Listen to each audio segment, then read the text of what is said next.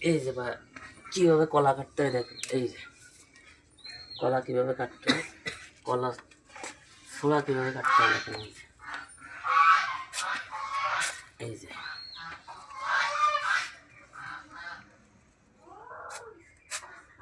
এই যে দেখেন আজকে কীভাবে কলা ছোলা কাটতে হয় আপনার দেখেন।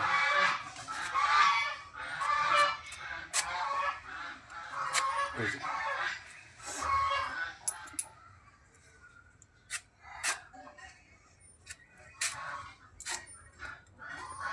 যে এইভাবে কলা ছোলা কাটতে হয়।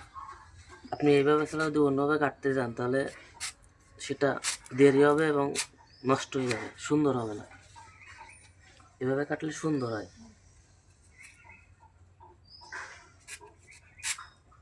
এই যে